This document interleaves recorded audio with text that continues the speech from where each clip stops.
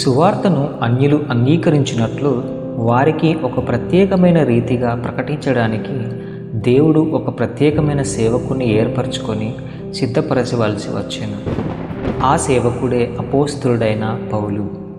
అపోస్తలులు ఎవరంటే యేసు ప్రభువును కన్నులారా చూసి ఆయన మాటలు చెవులారా విన్నవారే. కానీ పౌలు మొదటిగా అలాంటివాడు కాదు. ఆయన ఒక పరిచయుడు, స్వనీతిపరుడు.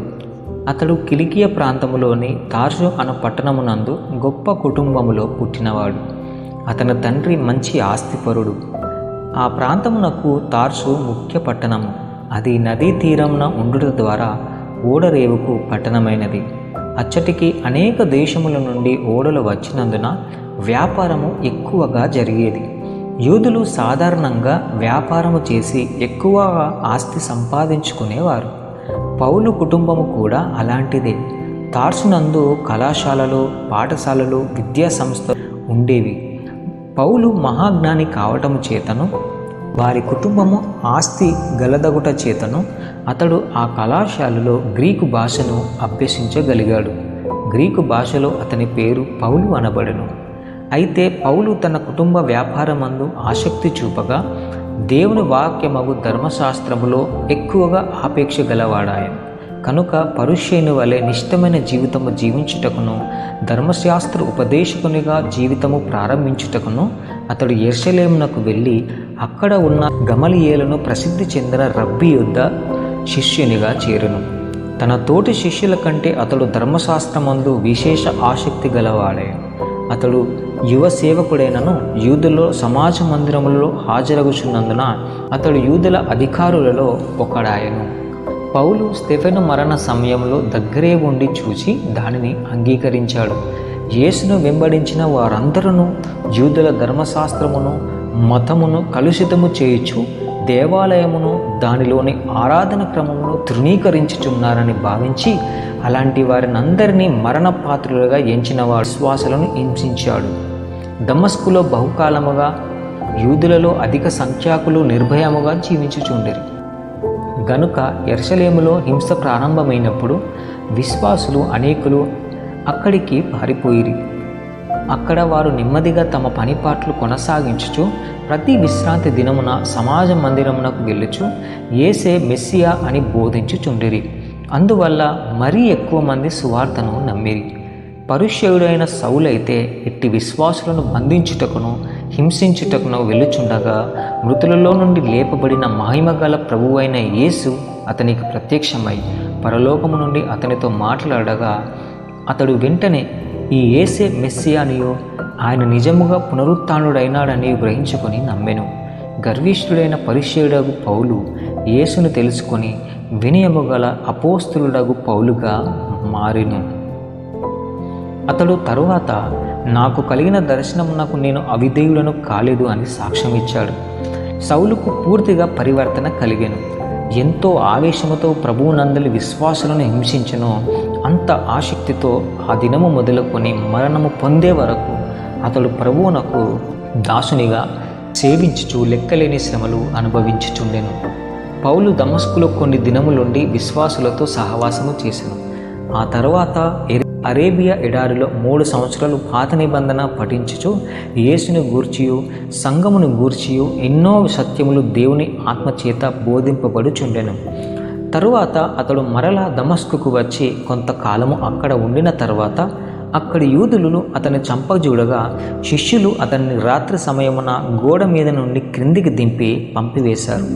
యెరూషలేమునకు వచ్చి అక్కడ పేతురును యేసు సహోదరుడు యాకోబును కలుసుకొనెను. అయితే శిష్యులు అతని పూర్వ చరిత్ర జ్ఞాపకము చేసుకొని ఆయనను చేర్చుకొనుటకు శంకించారు. తుదకు పౌలు అన్యుల యొద్దకు సువార్త తీసుకొని పోటకు యేసు చేత నియమింపబడిన అపోస్తలుడని బర్నబా గ్రహించుకొని అతనిని ప్రేమించి తన సహవాసములోనికి చేర్చుకొని అన్ని విషయములందు అతనిని ప్రోత్సహించాడు. అయితే కొంతకాలమునకు హెల్లెనీయులు అతనిని చంపచూడగా యెరూషలేము నుండి సహోదరులు ఓడరేవగు కైసరునకు అతని సాగనంపి అతని సొంత పట్టణమగు తార్సుకు పంపివేశారు. ఆ దినములలో సిరియా ప్రాంతములోని అంతియొకయలో ఒక నూతన విషయము ప్రారంభమయ్యింది. అంతియొకయ బహు గొప్ప పట్టణం. రోమ రాజ్యమంతటిలో 3వ పెద్ద పట్టణము కొరింథీ. అది నదీ తీరమున ఇరువైపులా మిగుల సుందరముగా కట్టబడిన పట్టణం. అది ఒక ఓడరేవు. అచట అన్యులు విగ్రహారాధనతో అన్ని రకములైన పాపములతో కూడిన చెడు జీవితము విస్తరింపబడినది. అయితే ఆ పట్టణమందు యూదులు ఒక భాగమున ప్రత్యేకింపబడెను. యూదులు సంఖ్యకు విస్తారముగా ఉన్నారు. హింస వలన యెరూషలేము నుండి పారిపోయిన శిష్యులు కొంతమంది కుప్రా ద్వీపమునకు వెళ్ళిరి. వారు గ్రీకు భాష మాట్లాడే యూదులు. వారు వ్యాపారం నిమిత్తమై అంతియొకయకు వచ్చినప్పుడెల్లా యూదులకు కాకుండా గ్రీకు భాష మాట్లాడు అన్యులకు కూడా సువార్త చెప్పేవారు. పారిపోయిన విశ్వాసులు అంతవరకు యూదులకు మాత్రమే యేసును గురించి సాక్ష్యము చెప్పేవారు. అయితే కుప్రా నుండి వచ్చిన ఈ శిష్యులు మాత్రము అంతియొకయలో బోధింపగా అనేక మంది అన్యులు క్రీస్తునందు విశ్వాసముంచి స్థిరపరచబడి తమ దేవతలకు పూజించుటకు మానివేశారు. ఈ సంగతి యెరూషలేమునందున్న అపోస్తులకు వినబడెను. వారు ఆ సువార్తను విపులముగా తెలుసుకొని రమ్మని బర్నబాను అంతియొకయకు పంపిరి. బర్నబా కూడా కుప్రా నివాసే. అతడు అంతియొకయకు వెళ్ళి చూడగా అక్కడ రక్షింపబడిన యూదులు మరియు అన్యులు కలిసి ఒక పెద్ద సంఘముగా ఏర్పరచబడి ఉన్నారు. అప్పుడు అతడు పౌలును జ్ఞాపకము చేసుకొని తార్సుకు వెళ్ళి పౌలును అంతియొకయకు తీసుకొని వచ్చెను. వారిద్దరూ కలిసి 1 సంవత్సరం అంతయు ఈ రక్షింపబడిన యూదుల అన్యుల సంఘము మధ్య దేవుని వాక్యమును బోధించుచుండిరి. అంతియొకయ రేవు నుండి లోకమంతటికి సరుకులు రవాణా చేయబడినట్లే ఆది క్రైస్తవులు ప్రభువు ఆజ్ఞానుసారముగా సర్వలోకములోనికి సువార్తను తీసుకుని వెళ్ళవలనని గ్రహించుకునిరి. గనుక ఆ సంఘ పెద్దలు ప్రార్థన చేయుచుండగా పరిశుద్ధాత్మ వారికి ఒక సంగతి బయలుపరచెను. అదేమంటే దేవుడు పౌలు బర్నబాలను దూరదేశములోనున్న అన్యులకు సువార్త సేవ చేయుటకు ఏర్పరచుకునెను. కావున అంతియొకయ సంఘస్థులు వారిని ఆ సేవకు పంపవలసి వచ్చెను. బర్నబా కుప్రా నుండి వచ్చినవాడు గనక పౌలు బర్నబాలు మొదట కుప్రాకు సంఘంచే పంపబడిరి. అక్కడ వారు సలామిలోను పాపులోను ఇంకా కొన్ని గ్రామాల్లోనూ సువార్త చెప్పారు. కానీ అచ్చట క్రైస్తవులు అంతకు ముందే ఉన్నందున క్రీస్తు నామమును ప్రకటింపబడిన స్థలములో సాక్ష్యము ఇవ్వవలెనని పౌలుకు అత్యాశ కలిగెను. కనుక వారు మరియొక్క ఓడ ఎక్కి పంపోలియ ప్రాంతమునకు వచ్చారు. అక్కడ పౌలుకు ఒక చక్కని ఆలోచన కలిగింది. అదేమిటంటే ప్రతి చిన్న గ్రామములో సువార్త చెప్పటం కాదు, కానీ ఆయా ప్రాంతములలోని ముఖ్య పట్టణములలో అనగా విద్యా వ్యాపార కేంద్రాలలో బోధించినచో ముఖ్య పట్టణములందున్న వారు తమ తమ స్వదేశాలకు వారే సువార్త తీసుకుని పోదురని ఆలోచించాడు. అలాగే పౌలు బర్నబా మొదట పిస్సిదియాలోను అంతియొకయను ఈకోనియా లూస్త్రా దెర్బేను దర్శించారు. ఈ పట్టణములన్నీ గలతీ ప్రాంతములోనున్నవి. వారు ఆ పట్టణములందున్న సమాజ మందిరములో సువార్త చెప్పగా అనేక మంది హెల్లేనీయులు వెంటనే ప్రభువునందు విశ్వాసము ఉంచారు. అంతియొకయలో ఒక విశ్రాంతి దినమును సుమారు పట్టణమంతా వాక్యము వినుటకు వచ్చారు. కానీ యూదులు అసూయపడి అధికారముతో కూడిన అన్య స్త్రీ పురుషులను ప్రేరేపించి పౌలును బర్నబాలను వెళ్ళగొట్టించిరి. అట్లే ఈకోనియలో యూదులు యేసే మెస్సియా అని ఒప్పుకొనకుండా వారిని రాళ్లతో కొట్టను ఉద్దేశించారు. కానీ వారు లూస్త్రాకు వెళ్ళిపోయారు. లూస్త్రాలో పౌలు ఒక కుంటివాడిని బాగు చేయక చూసిన అన్ని జనులు తమ దేవతలు తమ యుద్ధకు వచ్చారని తలంచుకొని వారికి బలిని అర్పింపబోయారు. పౌలు మేము నరులము మాత్రమే అని వారిని ఆటంకపరిచాడు. అందుకు ఆ ప్రజలు వారు మోసగాలని నిర్ణయించుకున్నారు.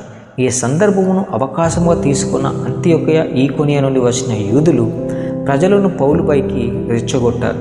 వారు పౌలును రాళ్లతో బాగుగా కొట్టి కుర ప్రాణముతో విడిచిపెట్టారు. అయితే దేవుడు ఆశ్చర్యకరమైన రీతిగా పౌలుకు బలమును ఇచ్చాడు. సహోదరులు అతనికి పరిచర్యలు చేసిన తరువాత అతడు తేరుకొని మరుసటి దినమున బర్నబాతో కూడా కొండల ప్రదేశం మధ్య కాలినడకను ప్రయాణము చేయగలిగెను. అంత విస్తారమైన దెబ్బలు తినినను సువార్త చెప్పుటకు వినదీయక తనకు వచ్చిన శ్రమలన్నిటినీ సంతోషముగా ఓర్చుకున్నాడు. ఈ ఒక్క సందర్భములోనే కాక పలుమార్లు అతడట్టి దెబ్బలు తిన్నాడు. అతడు 5 సార్లు యూదులచే కొట్టబడెను, మరి 3 సార్లు కొట్టబడెను. ముమ్మారు అతనిని ఓడ అపాయములో ఉండెను, ఖైదీలో ఉంచబడెనని తెలుసుకుందాము. ఈ విషయములు కొన్ని అపోస్తల కార్యంలోనూ రాయబడినవి. కానీ అతడు తార్సులో ఉన్న కాలమున అంతియొకయకు బర్నబా అతన్ని తీసుకుని పోక మునుపు అతడు సువార్త సేవలో అనేక మార్లు దెబ్బలు తిన్నట్లు అర్థమవుచున్నది. పౌలు లూస్త్రాలో ఈ విధముగా రాళ్లతో కొట్టబడినను, ఇంకను ఇతర పట్టణముల యందు యూదులచే హింసింపబడినను అధైర్యపడిపోలేదు.